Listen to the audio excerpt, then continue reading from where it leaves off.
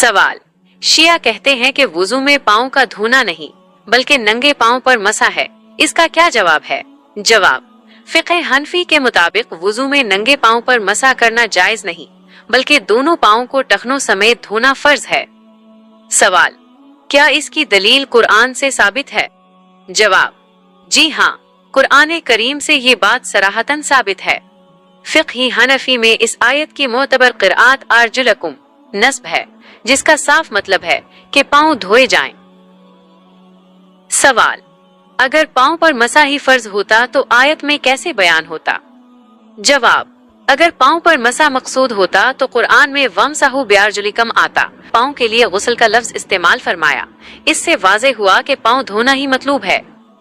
मेरे दोस्तों और प्यारे नाज़रीन, अगर वीडियो अच्छी लगी हो तो लाइक करें, शेयर करें और चैनल को सब्सक्राइब जरूर करें।